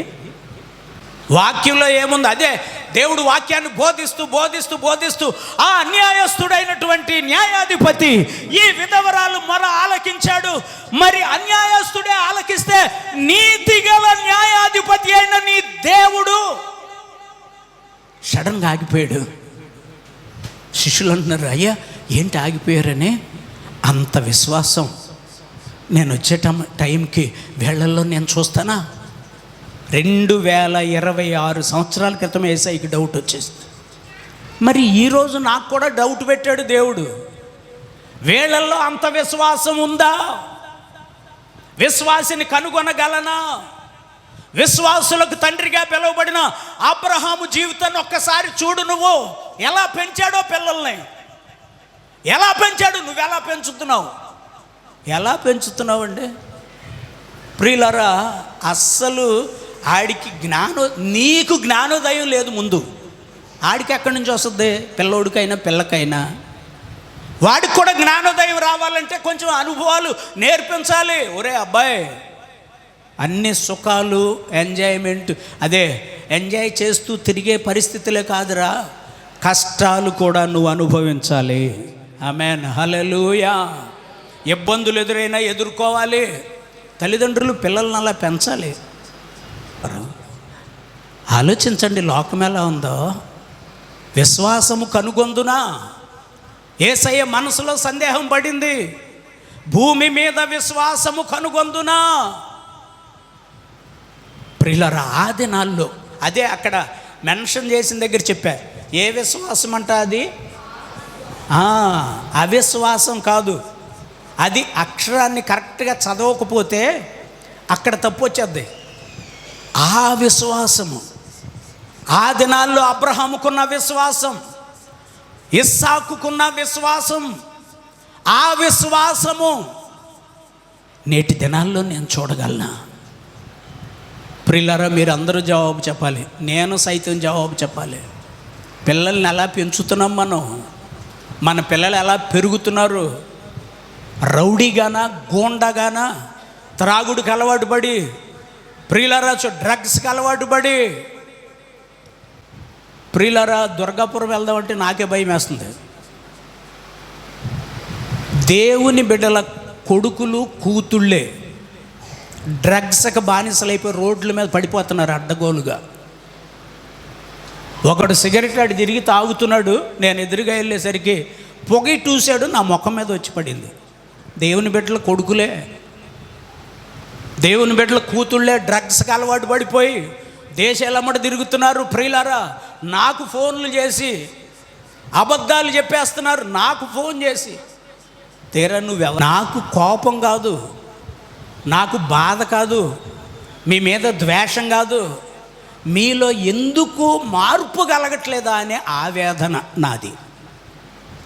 ఇంత కష్టపడి ప్రాణాన్ని పణంగా పెట్టి పానార్పణంగా పోయబడి దేవుని వాక్యాన్ని ఉన్నదన్నట్టు బోధించి ఛాలెంజ్గా మీ జీవితంలో నెరవేర్చి చూపించగలుగుతుంటే, ప్రియులరా చూడండి, ఈరోజు ఇన్ని రకాల భోజన పదార్థాలు తెచ్చిన వాళ్ళు లక్ష్మణ్, విశాలి.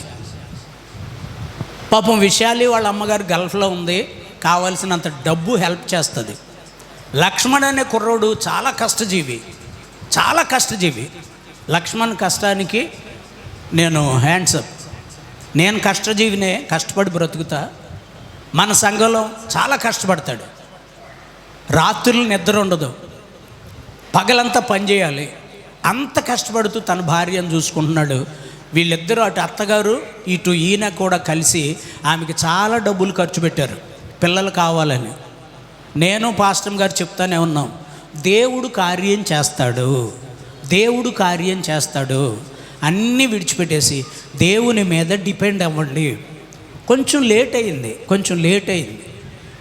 అయితే ప్రియులారా, గత పూర్యము పండగల్లో మీకు మొన్న చెప్పాను, మళ్ళీ జ్ఞాపకం చేస్తున్నా. ప్రార్థన చేసాం వాళ్ళిద్దరి కోసం. దేవా, వచ్చే సంవత్సరానికి వీళ్ళ చేతుల్లో పండంటి మగబిడ్డను నువ్వు అనుగ్రహించునుగాక. అంతే, ప్రార్థన చేసాం. ఈ కుండలన్నీ కడుపులో ఉండగానే తెచ్చేసాడు ఆ బుడ్డోడు. చప్పట్లు కొట్టండి. మరి దేవుడు చేయలేదా కార్యం?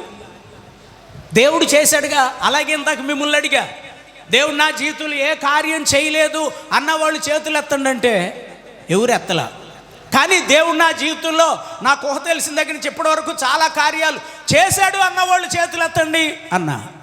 అందరూ చేతులు ఎత్తేశారు. మళ్ళీ ఒకసారి అడుగుతున్నా, దేవుడు మా జీవితాల్లో, మా పిల్లల జీవితాల్లో కార్యాలు చేశాడు అన్నవాళ్ళు చేతులు ఎత్తి స్తోత్రం చెప్పాలి. మరి కార్యాలు చేస్తే దేవుని మీద ఉండాలి కదా విశ్వాసం. కార్యాలు చేస్తే దేవుని మీద ఉండాలి కదా ప్రేమ. నా అనుకున్నవాడు నాకు సహాయం చేయలేదు, కానీ నాకు సహాయం చేసిన వాడు దేవుడే అనే ఛాలెంజ్ నువ్వు చేయగలిగితే దేవుని దగ్గరకు వచ్చి రావట్లా.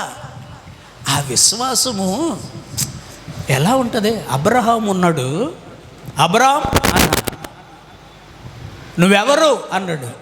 నేను ఉన్నవాడిని, అనువాడిని, దేవుడను అన్నాడు. నా దగ్గర దేవుడు అనే పదానికి అర్థం లేదు. నా దృష్టిలో దేవుడే లేడు. ఎందుకని? మా నాన్నగారు మాకు నేర్పిన విధానాన్ని బట్టి అన్ని దేవతలను, దేవుళ్ళని నేను మొక్కేశా. పెళ్ళయింది, 20 సంవత్సరాలు వెయిట్ చేశా, అస్సలు బిడ్డల పుట్ల. ఓయ్, కంగారు పడకాయా, తొందరపడి నిర్ణయం తీసుకోబోకు. ఎవరు లేరని చెప్తావండి. నేను ఉన్నాను కదా, నేను ఉన్నవాడను, అనువాడు. అయితే నువ్వు కార్యం చేస్తావా?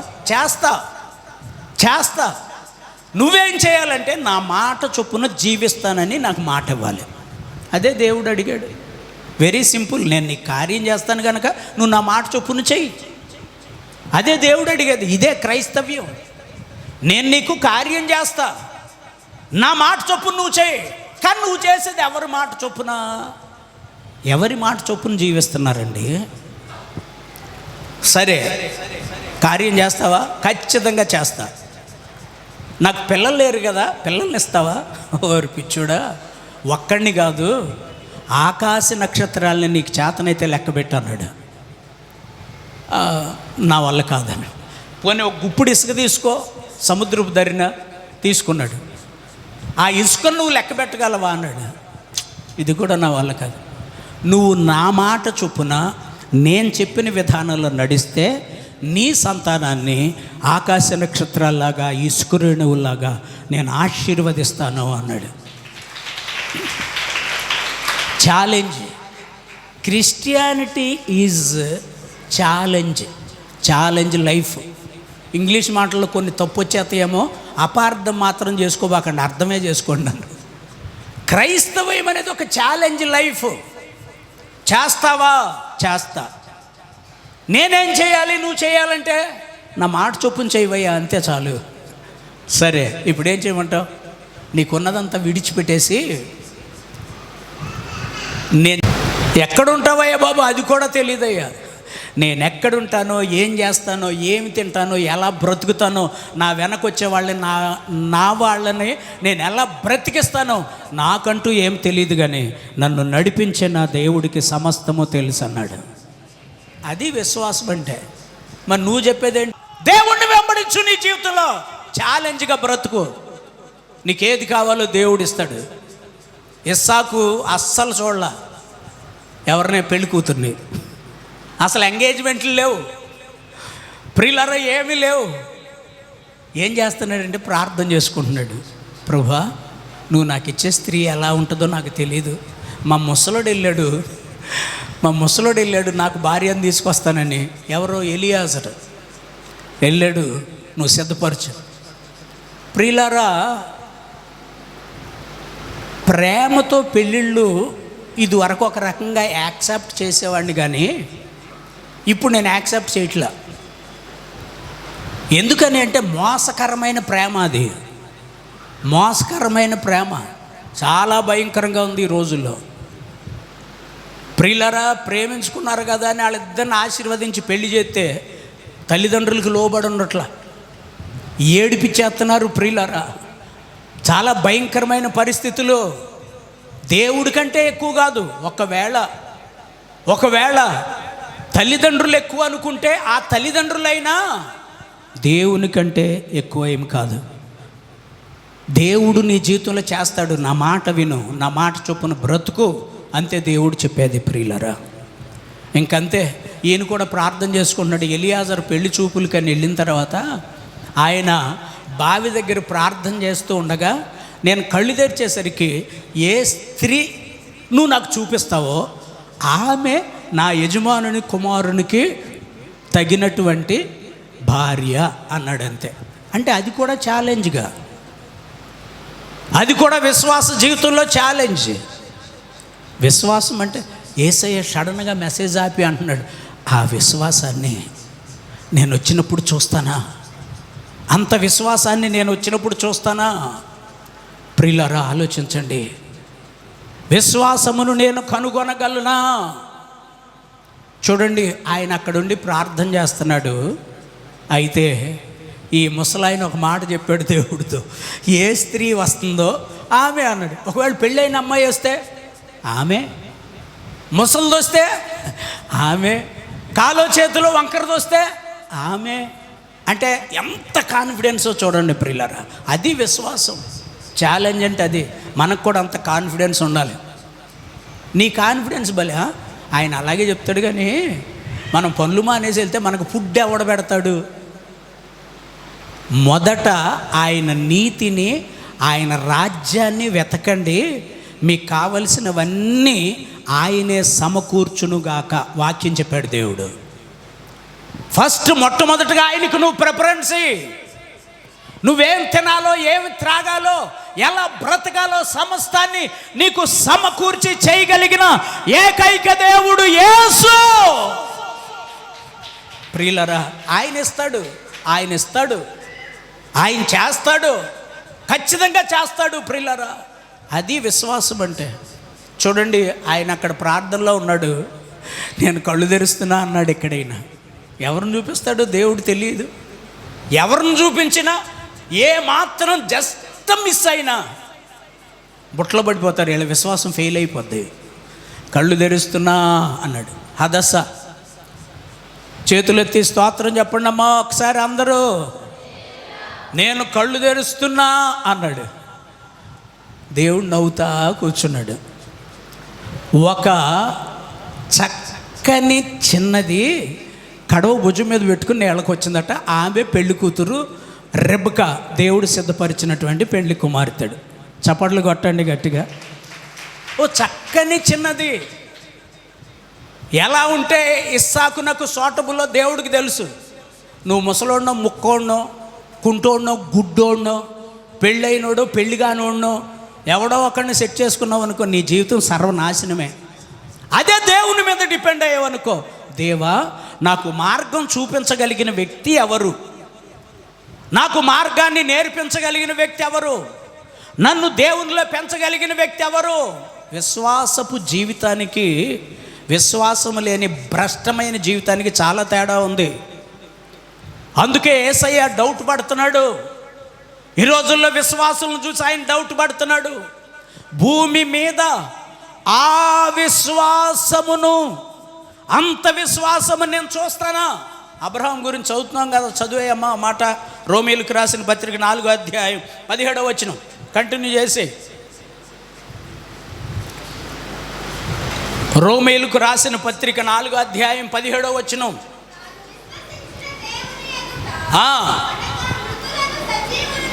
మృతులను సజీవులనుగా చేయగలవాడును, లేని వాటిని ఉన్నట్లుగా చేయగలగని వాడును.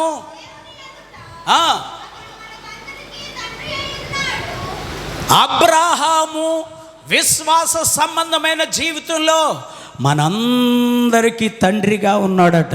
చప్పట్లు కొడదాం, విశ్వాసులకు తండ్రి.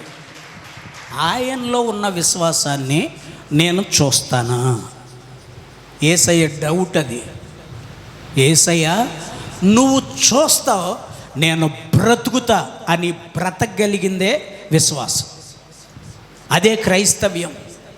ప్రియులారా, దేవుడు మన అందరి జీవితంలో గొప్ప కార్యాలు చేశాడు కదా. దేవుని కొరకు ఎవరు బతుకుతున్నారు? ఊరు వదిలిపెట్టి వచ్చాడు, ఇక మళ్ళీ ఆ ఊరు ముఖం చూడాల అబ్రహాం. దేవుడు చక్కగా అంత మంచిగా నడిపిస్తున్నాడు. పాటలు ఎరగదీసేస్తాం. నడిపిస్తాడు నా దేవుడు. దేవుడు నడిపించేటట్టే నడుస్తున్నావా నువ్వు? మరి పాట అబద్ధం కదా.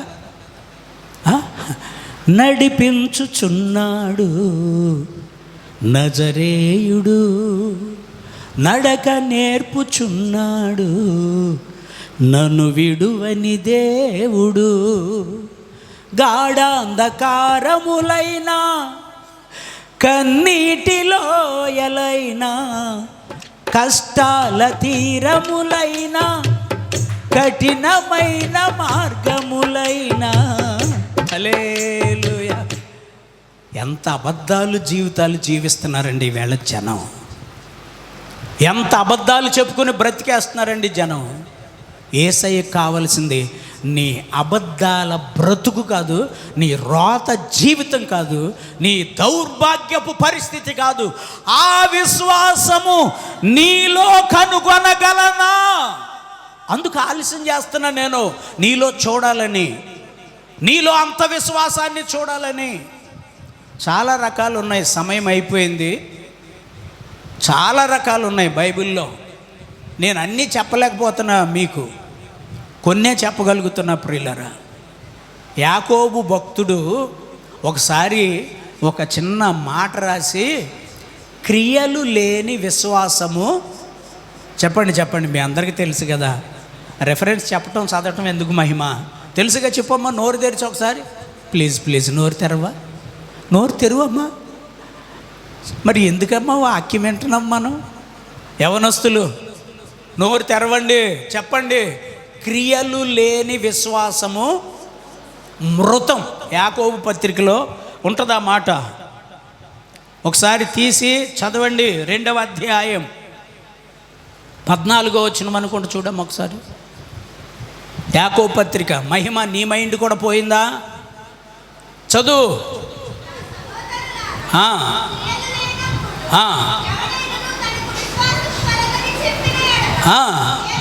ప్రయోజనం ఏంటి?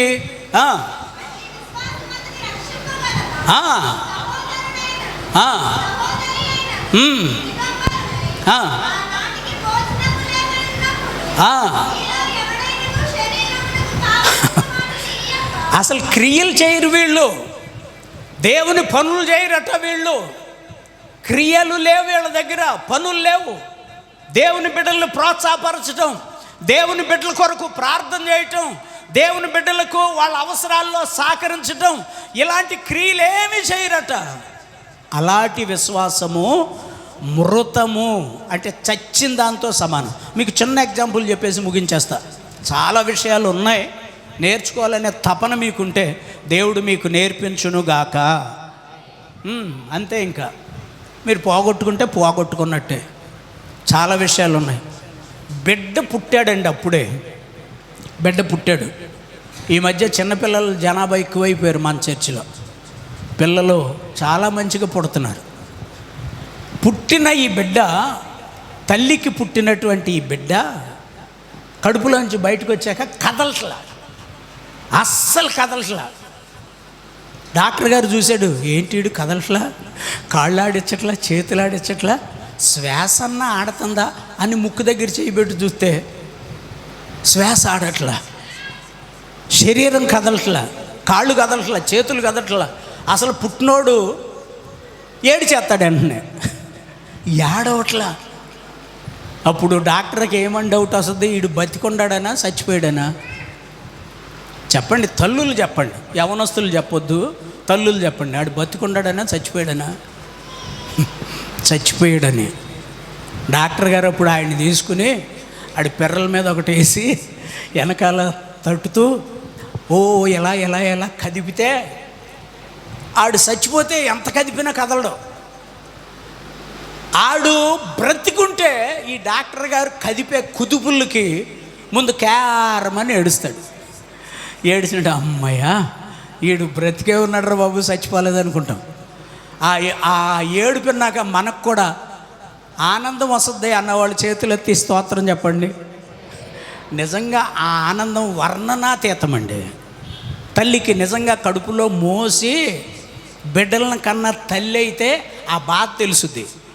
అవయవాలు కదలలేదు, మాట లేదు, చూపు లేదు, ఏమీ లేదు, వీడు చచ్చిపోయాడు అనుకున్నావమ్మ.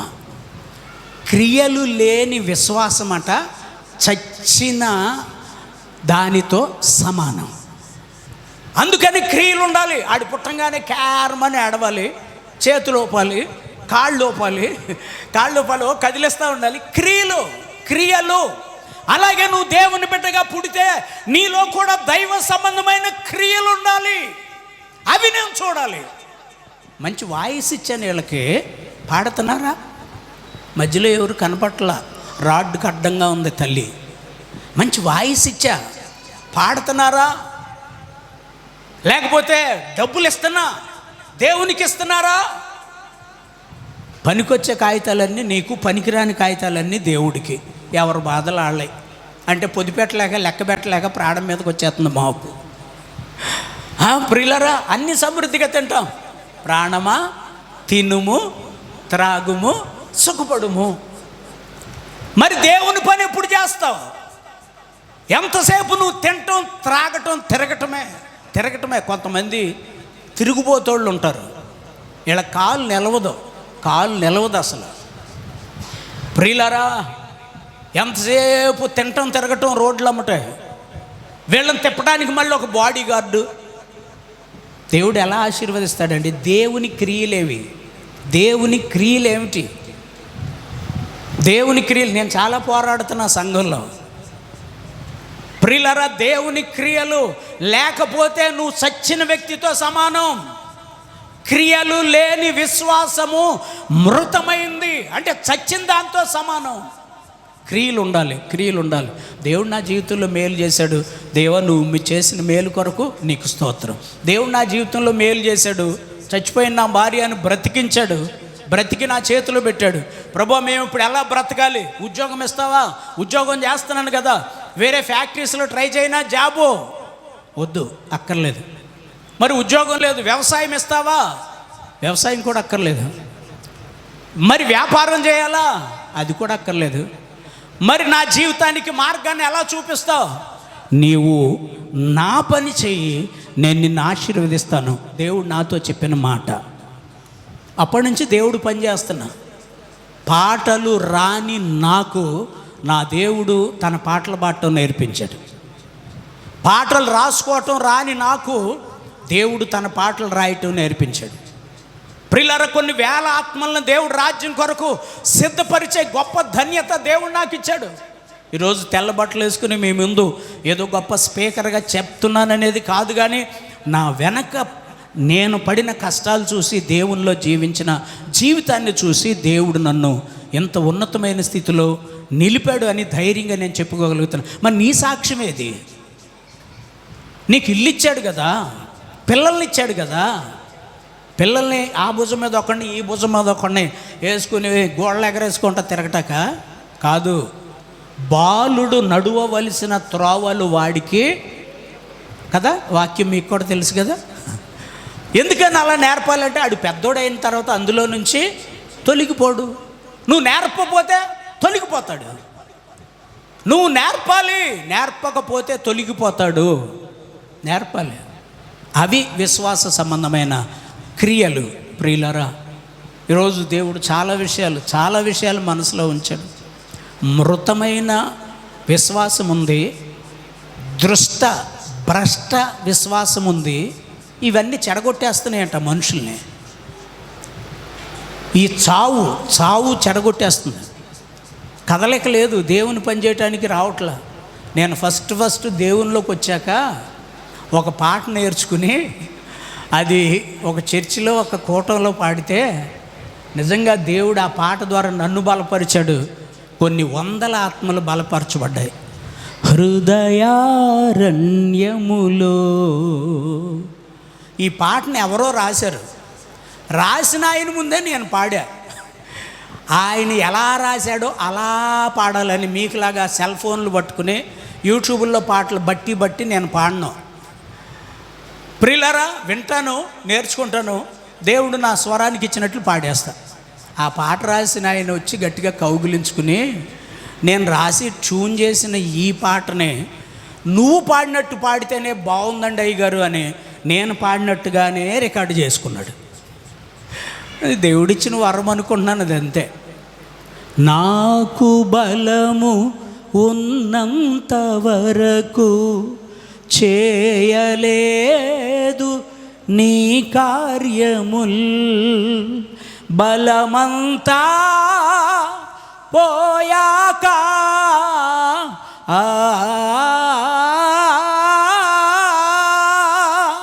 బలమంతా పోయాక వెంబడించాను నా యేసుని, వెంబడించాను నా యేసుని. హృదయారణ్యములో నే కృంగిన సమయములో వినిపించుచున్నది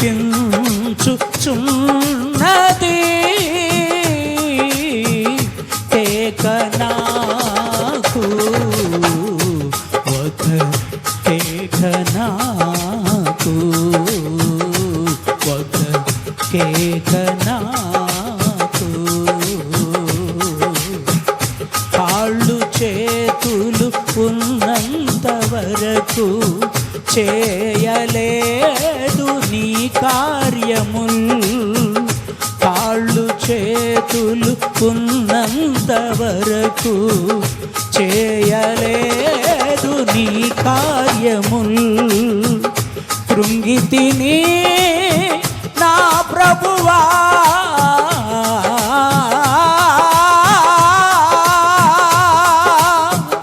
కృంగితిని నా ప్రభువా, లేవనెత్తయ్య ఈ పాపిని.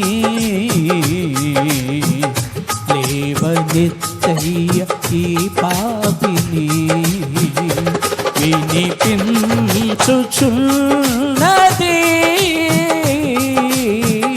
కేకనాకు ఒక కేకనాకు ఒక కేకనాకు. హల్లెలూయా.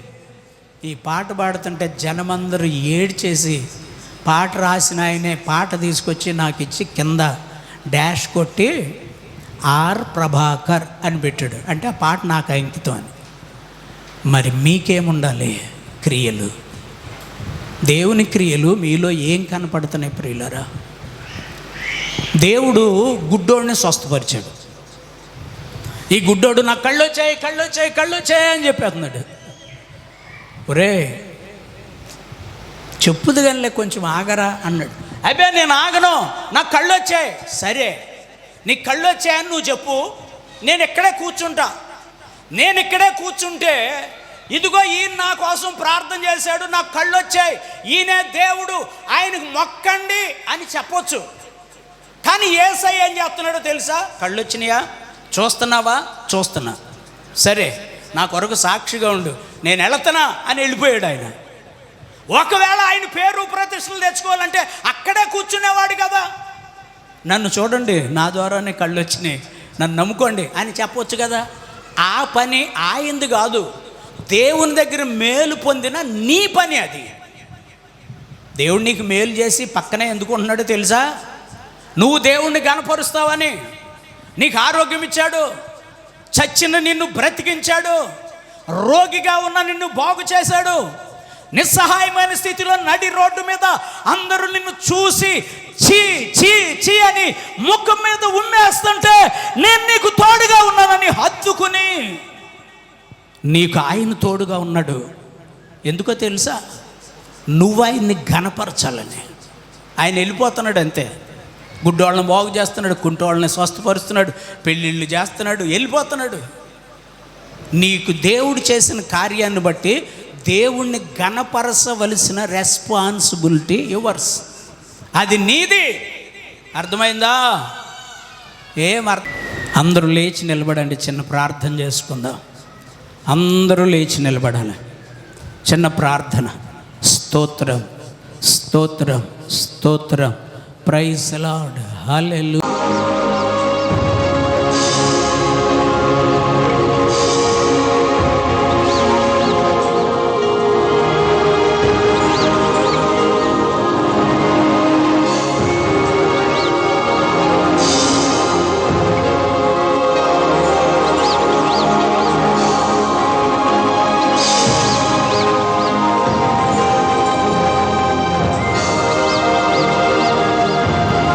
వినిన వాక్యాన్ని బట్టి నేను కూడా ప్రార్థన చేస్తూ నీకు ఇష్టమైన జీవితం జీవించాలని ఆశపడుతున్నాను. నీ శక్తితో నన్ను బలపరచు ప్రభువా. విశ్వాసిగా జీవించే ఆశీర్వాదకరమైన జీవితాన్ని నాకు దయచేయని ఆశించిన వాళ్ళు మీ చేతులు దేవుని వైపు ఎత్తండి. మనాన్ని స్థిరపరిచి దేవుడు మిమ్మల్ని ఆశీర్వదించాలని ఆశపడుతూ ఉండగా, ప్రభువా నా జీవితంలో కార్యం చేసే శక్తిమంతుడవు నీవేనయ్యా అంటూ ఆయన తట్టు చేతులు ఎత్తుదాం. మీ కొరకు నేను ప్రార్థన చేయబోతున్నాను. ప్రేమగల తండ్రి, పరిశుద్ధుడా, నీకు స్తోత్రాలయ్యా. ఈ మధ్యాహ్నపు వేళ దేవా, మెలకు కలిగి ఆసక్తి కలిగి విసుకక ప్రార్థించేవారిగా మేము ఉండాలని అవినీతి పరుడైన ఆ న్యాయాధిపతి దగ్గరకు ఒక విధవరాలు 10 సార్లు తిరిగితే అతడు ఆమె మొర్రను విని సహాయం చేశాడు. మరి నీతిగల న్యాయాధిపతినైన నేను మీకు సహాయము చేయకుందునా? అయినా విసుగక నిత్యము ప్రార్థన చేయటానికి ఆ విశ్వాసులు, ఆ రోజున విశ్వాస వీరుల జాబితాలో చేయబడిన ఆ విశ్వాసము మీలో కనుగొందునా? ప్రభువా, నువ్వు ఆశించిన విశ్వాసిగా నేను బ్రతుకుతాను. నా జీవితంలో కృపచూపునైనా నాకు సహాయం చేయి ప్రభువా. అనే ఆశతో మీ చేతులు దేవుని వైపు ఎత్తండి. ప్రార్థన చేసుకుందాం. ప్రేమగల తండ్రి, పరిశుద్ధుడా, నీకు స్తోత్రాలు. నిజముగా మొర్రపెట్టు వారికి సమీపంగా ఉంటారని సెలవిచ్చిన దేవుడు, మా ప్రార్థనలు ఆలకించి మా జీవితాల్లో కార్యాలు జరిగించి ఘనత, మహిమ, ప్రభావాలు మీరు పొందుకొనండి. యేసు నామములో ప్రార్థన చేసి వేడుకొనుచున్నాము తండ్రి. ప్రభు మన ప్రార్థనలు ఆలకించి మనల్ని బలపరుస్తున్నందుకు చేతులెత్తి స్తోత్రం చెబుదాం. దయచేసి